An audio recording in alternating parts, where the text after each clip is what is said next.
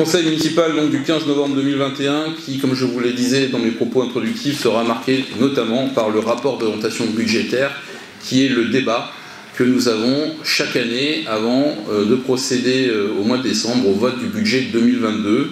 Donc la situation financière de la commune sur l'année qui s'est écoulée est à la fois positive et nécessite un engagement sans réserve de toutes les équipes, tout simplement parce que nous sortons de 2 crises successives. La première, je n'ai pas besoin de vous le rappeler, naturellement, ce sont les doubles inondations de la fin d'année 2019 qui ont impacté très fortement les finances communales sur l'année 2020 et sur l'année 2021, et naturellement également la crise sanitaire du Covid. Cette crise sanitaire où la ville a été en première ligne, et je tiens à nouveau ici à remercier et féliciter tous les élus, tous les cadres, tous les agents et tous les bénévoles. Donc je m'adresse également au public qui se trouve ici, puisque l'équipe de la ville, cette grande famille mandolosienne et napouloise, s'est réunie parfaitement, avec force, et a su faire face à ce que je n'hésiterai pas à appeler la déconfiture régalienne de l'État, car c'est bien ce qui s'est passé. Et quand je vois qu'aujourd'hui, à force de récupération médiatique, on nous assène que le gouvernement a été dans cette situation à la hauteur de tous les enjeux et a rempli tous ses objectifs, eh bien c'est faux, c'est totalement faux, et je tiens à ce que ce soit clair. Ce sont les élus locaux, ce sont les communes, ce sont les citoyens, les départements et les régions qui se sont substitués à l'État en constatant son échec, et ce sont les communes, les départements et les régions qui ont distribué les masques, qui ont organisé des centres de dépistage, qui ont assuré les centres de vaccination sur leur logistique, avec leur personnel, avec leurs moyens et sur leurs finances, et qui n'ont été que peu ou pas compensés par l'État. Je vous le rappelle également que nous avons dû acheter les seringues, les aiguilles, les produits médicaux, nous avons dû acheter toutes les infrastructures, nous avons dû mettre à disposition les salles, nous avons dû, nous, au début, indemniser le personnel soignant, nous avons dû, nous, également mettre en place les standards téléphoniques. Tout ça, ce sont les collectivités locales, ce n'est pas l'État. Donc vous m'excuserez ce propos introductif, mais quand j'entends le ministre de la Santé, quand j'entends les porte-paroles du gouvernement se pavoiser d'une réussite extraordinaire, eh bien je tiens à rectifier les choses. Sans les soldats au front que sont les citoyens et les élus locaux, ça aurait été une défaite en race campagne et nous aurions été tout simplement humiliés.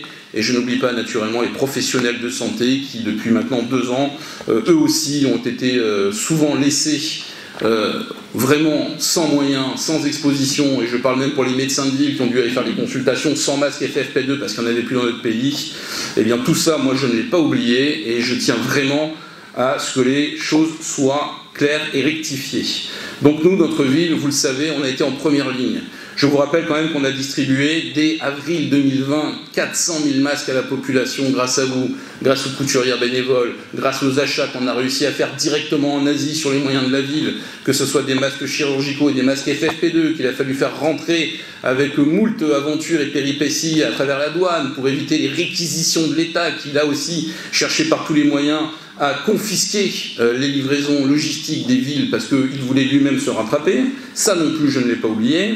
Que ce soit l'ouverture des sites de drive, comme je vous le disais, on en a ouvert 2 dans la commune grâce à nos laboratoires que je salue, le laboratoire Biolestérel et le laboratoire Barla, qui ont été vraiment proactifs en la matière et qui ont permis à notre ville de se doter dès l'origine de la crise d'un centre utile, efficace, et là encore marqué par les pénuries d'approvisionnement, que ce soit de matériel ou de réactifs, parce que là encore on s'est aperçu qu'il n'y avait non seulement aucun stock, mais que rien n'a jamais, à aucun moment de la crise, été anticipé.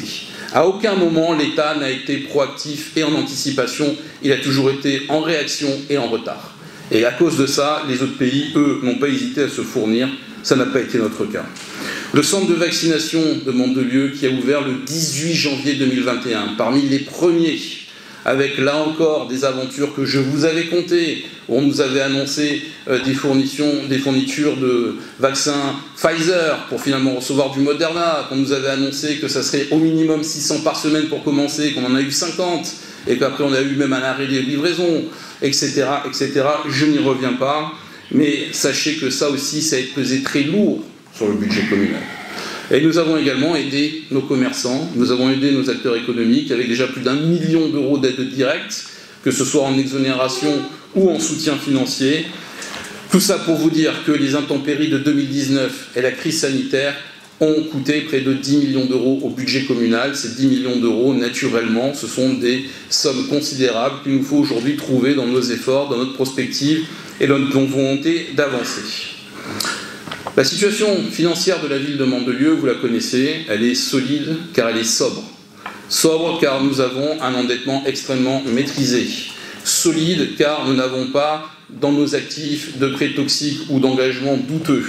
Et enfin parce que nous avons une politique qui se base sur deux pieds. Une forte volonté d'investissement proactif sur non seulement de l'amélioration du cadre de vie, mais également de l'amélioration de l'économie et donc de la création de ressources.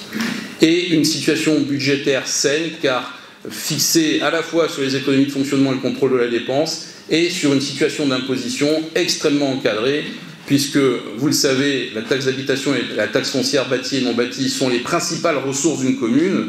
La suppression de la taxe d'habitation est un véritable enjeu d'avenir, puisque, à ce jour, nous n'avons comme garantie qu'un remboursement par l'État qui ne tiendra pas dans le temps, tout simplement parce que l'État s'est déjà surendetté et que là, tout ce qu'il veut compenser, il ne le fait que par l'emprunt, donc il est impossible pour lui de le tenir dans le temps.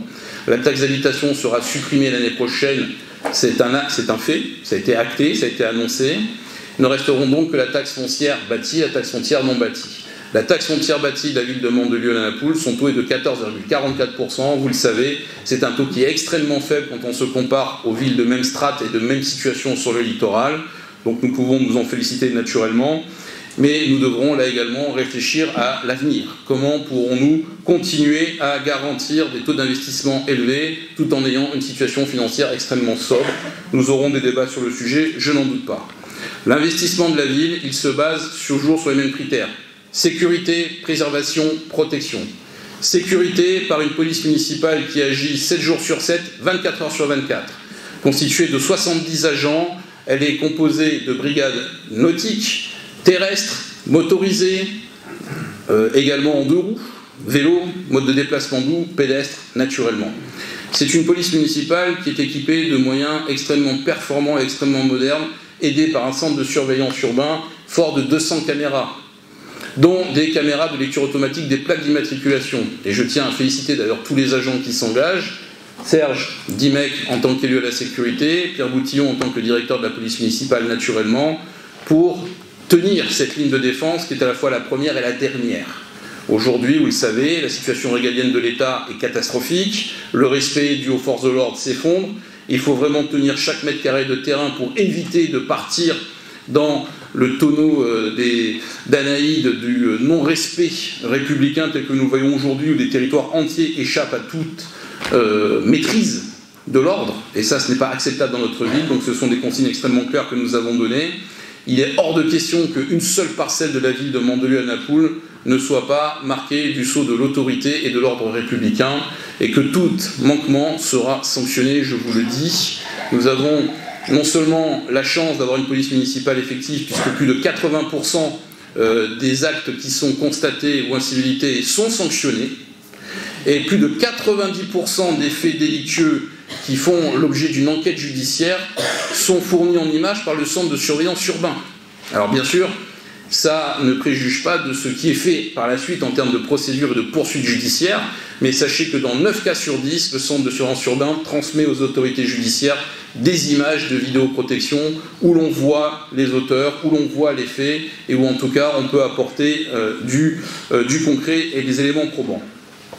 Donc un travail étroit, police municipale, gendarmerie nationale, la gendarmerie nationale que je salue à travers ces entités qui sont la communauté de brigade de Mandelieu et la brigade autoroutière, vous savez, ceux qui font des contrôles de vitesse soudain, surprise sur les axes routiers.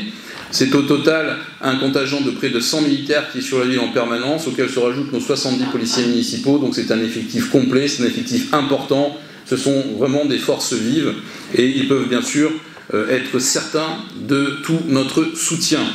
Donc des incivilités qui ont fait l'objet cet été de plusieurs milliers d'interventions et de sanctions immédiates pour tous les actes, et je l'assume complètement, que ce soit la petite incivilité ou le port de vêtements inappropriés, notamment sur les plages, où nous avons eu plus de 52 interventions pour le port de burkini, Et je tiens à vous le dire, il sera toujours hors de question de porter un burkini sur les plages de Mandelieu. C'est un trouble à l'ordre public, c'est quelque chose qui est contraire à toutes les lois de la République. Eh bien, nous ne l'acceptons pas, les arrêtés sont pris. Et nous, je peux vous dire, et je vous garantis, que si quelqu'un porte un burkini ou se baigne tout habillé, je l'englobe naturellement, la police municipale se déplace et agit. Donc la ville de Mandelieu, c'est une ville familiale où il fait bon vivre. C'est une ville où on veut rester, où on veut grandir. Ça a toujours été notre axe majeur de développement. Et cette ville familiale, eh bien, comment mieux l'incarner que les enfants, avec le cycle de l'enfant qui est et restera le premier budget de la ville, avec un coût de 8 millions d'euros par an. Je vous le dis, c'est important. 8 millions d'euros, c'est quelque chose qui ne se voit pas forcément, mais qui vraiment innerve tout le tissu de la ville. Et là encore, je tiens à remercier également tous les agents et tout le service de la petite enfance qui fait honneur à la ville de Mandelieu, tant au niveau de ses crèches que de ses bâtiments scolaires, que de tout ce qui est organisé en parallèle. Et je salue également tous ceux qui s'y incarnent, qui s'y investissent vraiment sans réserve. Mon cher Georges, mon cher Gilbert, vous aussi, vous êtes à l'œuvre au quotidien. Et donc, merci à vous de faire ce travail. Et nous continuerons naturellement dans l'avenir à soutenir le cycle de l'enfant et la politique des familles, puisque c'est pour nous quelque chose qui est essentiel. Et c'est là aussi, et c'est pour ça que nous faisons les investissements que nous réalisons d'amélioration du cadre de vie, parce que le cadre de vie commence à l'espace public, et un espace public de qualité, c'est un espace public qui, du nord au sud et de l'est à l'ouest, sans aucune distinction de quartier, je vous l'annonce, fera appel aux plus beaux matériaux, car on construit pour durer dans le temps. Et c'est dans cette optique que nous commencerons dès cette année 2022 le projet du Grand Capitou, mon cher Patrick. Projet du Grand Capitou qui sera un investissement considérable pour la ville, qui est un projet aussi énorme en termes de travaux publics, avec une surface qui sera à peu près équivalente à 4 fois ce qui a été réalisé sur le quartier de la Napoule. Mais il est indispensable que le Capitou retrouve son âme provençale et nous y travaillerons. Mais tout l'aménagement, toute la politique familiale, la sécurité, bien sûr, ne serait rien sans ce qui est peut-être la priorité également absolue de la ville, c'est la résilience, la lutte contre les inondations. Car la ville de Mandelieu, vous le savez, aujourd'hui est soumise à des risques majeurs très importants, notamment au travers de ces fameuses intempéries dont je vous ai parlé, qui nous renvoient au 3 octobre 2015. 3 octobre 2015 qui a été véritablement un cataclysme météorologique qui a changé le monde tel que nous le connaissions. Aujourd'hui, notre ville livre une course contre la montre. Notre ville ne peut pas attendre. Notre ville ne peut pas se permettre de s'user dans les tergiversations bureaucratiques, dans les débats technocratiques également, de ces hauts fonctionnaires qui se plaisent à inventer des normes, ou des parlementaires qui débattent sans fin des sujets qui sont pourtant nés de l'urgence absolue. J'ai bon espoir que les choses évoluent rapidement, j'ai bon espoir que la voix de Mandelieu ait été entendue au niveau national. Je sais pouvoir compter sur l'implication de la direction centrale et générale de la transition écologique. Je sais que la DDTM est proactive aussi à nos côtés, ainsi que la préfecture. Je tiens à le souligner, c'est important. J'en appelle bien sûr à la responsabilité de tous les agents des centres, des organismes, des services décentralisés de l'État, qui eux aussi doivent apporter leur pierre à l'édifice et ne pas bloquer sans fin pour des préceptes ou en tout cas pour des sujets futiles des projets d'aménagement. Et je pense au bassin de rétention, je pense à l'élargissement des berges, je pense notamment au verger de Minel, dont vous le savez nous avons réussi après plus d'un an de négociations extrêmement serrées en partenariat étroit avec l'immobilière Casino, les services de l'État, les services de la communauté d'agglomération et le SMIAG à signer un accord historique que nous acterons définitivement dans quelques jours, qui est l'acquisition des 14 hectares des vergers de Minel, grâce auquel nous avons réalisé peut-être un des premiers grands aménagements anti-inondation urbains en France. Eh bien tout cela, naturellement, c'est quelque chose que nous ne pouvons faire que si chacun y apporte sa part, et je remercie là encore tous les agents et les élus qui s'y sont investis à mes côtés. C'est pour la résilience de la ville de Mandelieu un enjeu considérable en termes de budget, 15 millions d'euros d'achat de foncier sur un an, dont 7 millions ont consacré à la remise en état du territoire après les inondations, 7,5 millions d'acquisitions sur le Rio de l'Argentière, 1 million d'euros qui seront investis pour la bassin de rétention de la Théoulière, qui est celui qui se situe au-dessus du centre-ville, dont les travaux auraient pu commencer début septembre, si là encore nous n'étions pas soumis à tous ces délires législatifs qui se sont empilés les uns sur les autres par des gouvernants qui, depuis des décennies, sont plutôt occupés à faire de la communication plutôt que de faire du concret, et qui, pour seulement dire qu'ils font quelque chose, se contentent de prendre des lois sans regarder après si elles peuvent être appliquées ou pas.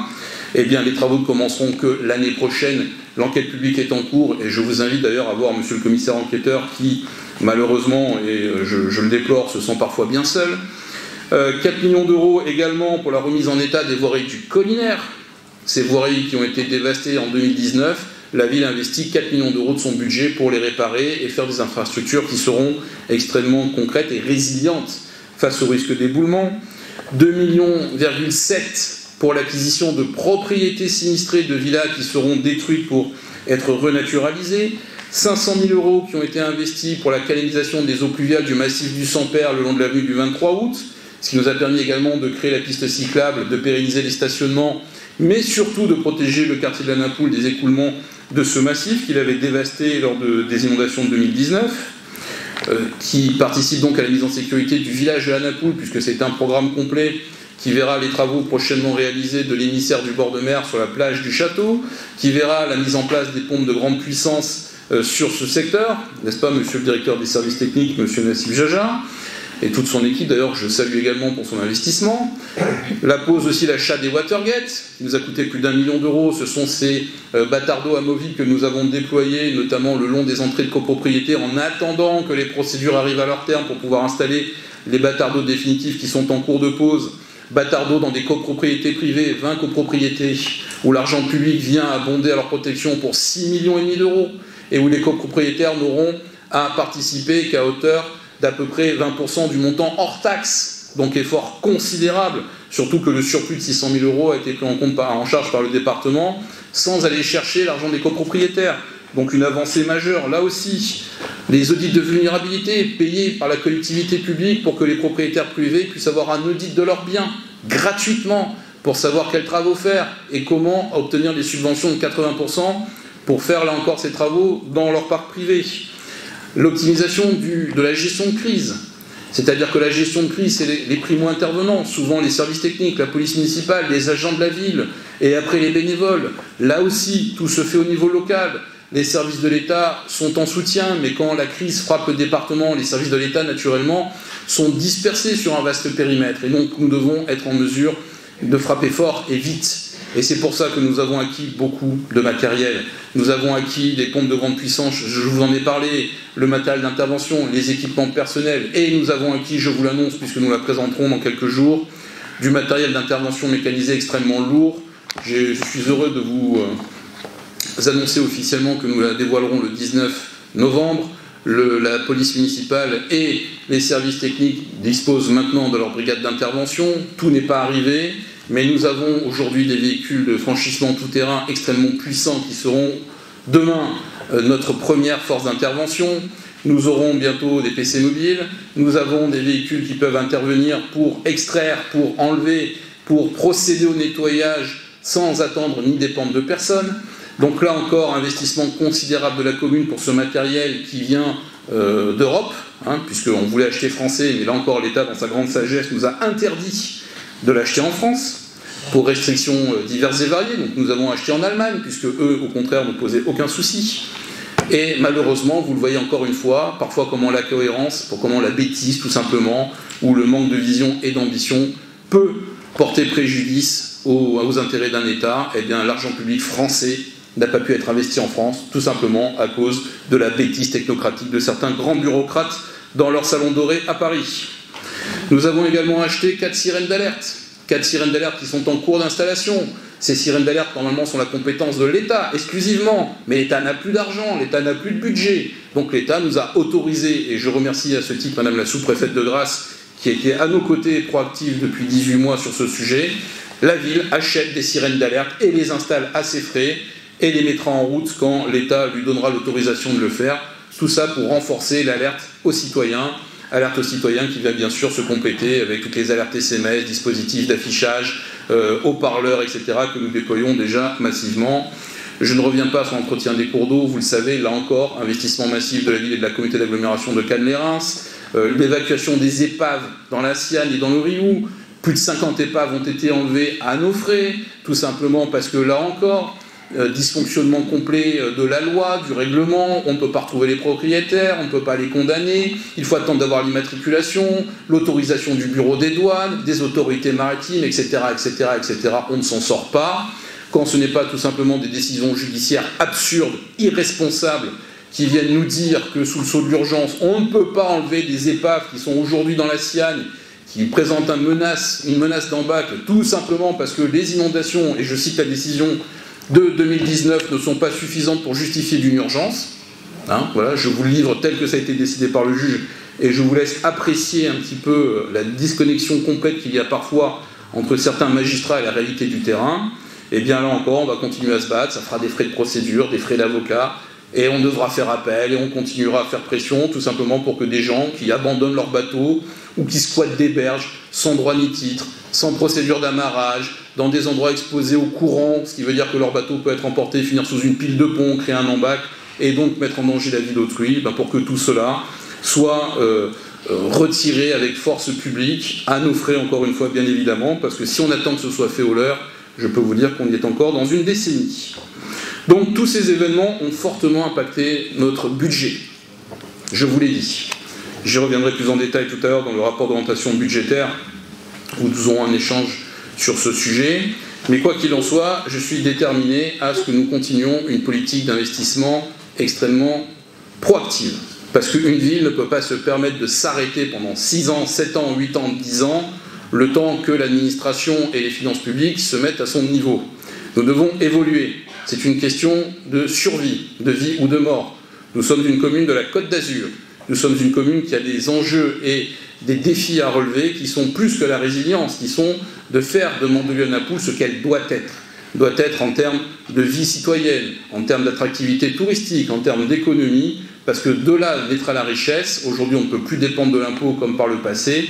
Nous devons créer une cité productrice de richesse. Cette richesse, elle se trouvera dans tout ce qui peut rapporter des devises à la commune, que ce soit les ports, dont le port de la Rague, dont la concession se termine au 31 décembre de cette année, et qui doit devenir un projet vertueux du XXIe siècle pour offrir non seulement le meilleur aux plaisanciers et aux citoyens, et être productrice de richesse pour le budget communal. Ça n'a aucun intérêt d'avoir des infrastructures de nautisme si elles ne produisent rien pour la collectivité. La seule destination d'un port, c'est d'être un emblème à la fois pour ceux qui s'en servent et vertueux pour l'environnement et pour cette activité, mais c'est avant tout d'être un symbole de la ville. Et un symbole de la ville, c'est à la fois son image, mais c'est avant tout son budget. Donc là-dessus aussi, nous devrons être extrêmement ambitieux. Gestion publique ne signifie pas d'être rouillé, ne signifie pas d'être ancien, d'être lent. Au contraire, la gestion publique doit rimer avec efficacité, avec ambition et avec défi de l'avenir. Et je suis convaincu que nous y arriverons. Donc dans ce conseil, comme je vous l'avais annoncé, nous mettons en place la régie portuaire pour le port de la Rague, puisque dans 6 semaines, ce sera une gestion publique. Naturellement, nous devons aussi nous réinventer chaque année en termes de dépenses, des dépenses de fonctionnement. Nous devons aller chercher l'argent naturellement là où il est. Nous avons supprimé beaucoup de postes depuis maintenant près de 10 ans.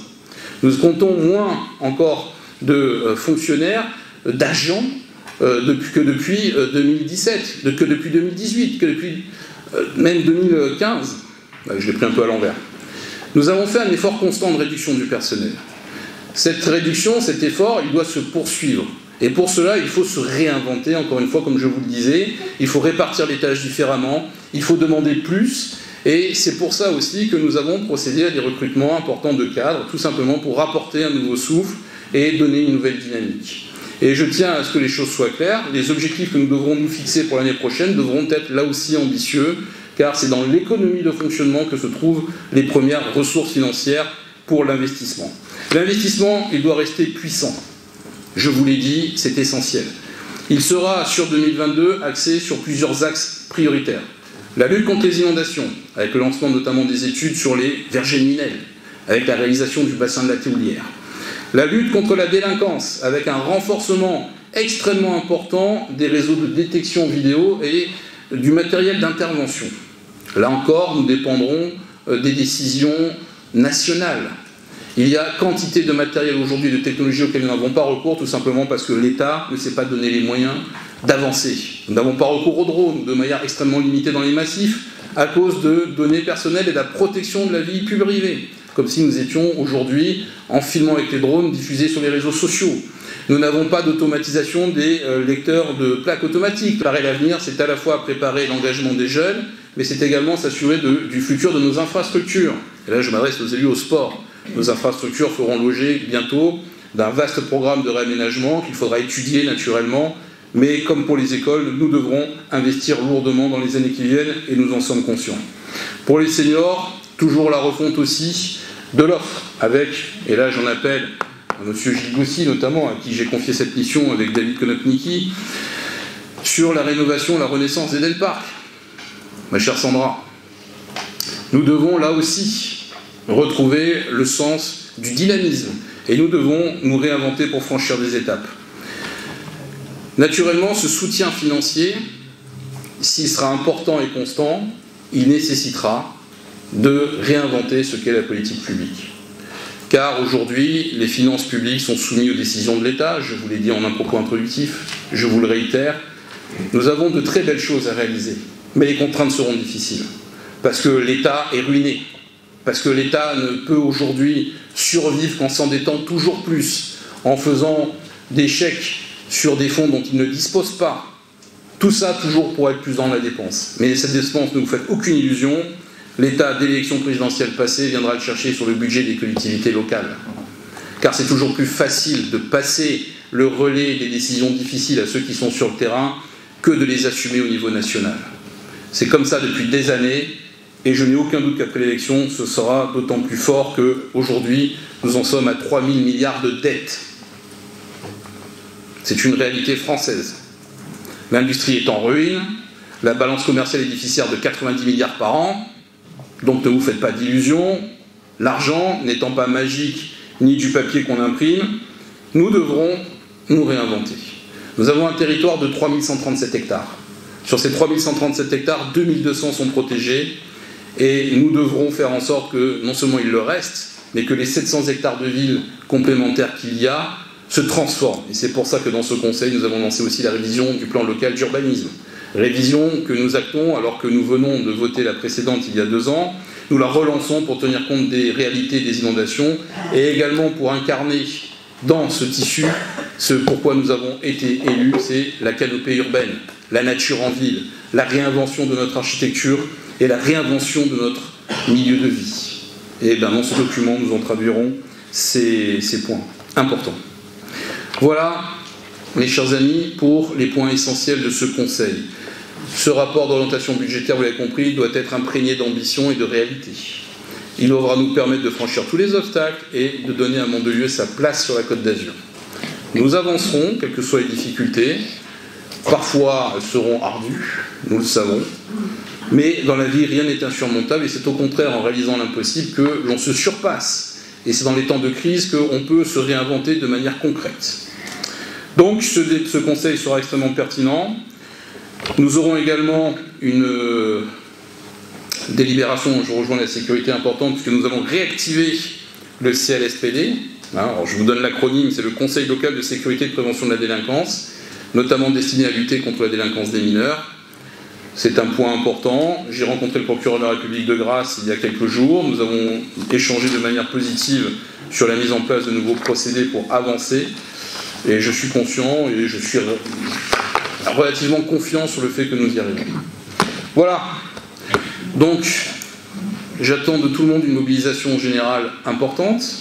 Nous sortons de la crise, nous reprenons notre marche en avant. Nous avons fait le travail de l'État à sa place sur nos finances et je n'ai aucune illusion sur le fait que nous ne récupérerons jamais les crédits que cela nous a coûté. Mais ce n'est pas parce que ça nous a coûté de l'argent et parce que nous devons investir beaucoup contre les inondations que Mandelieu-Anapoule sera une ville à l'arrêt. Donc maintenant, mes chers amis, je vous propose de passer directement à ce Conseil. Et puisque les actes sont mieux que les mots, nous allons dès à présent voter ces délibérations qui acteront de cette volonté offensive. Merci à vous.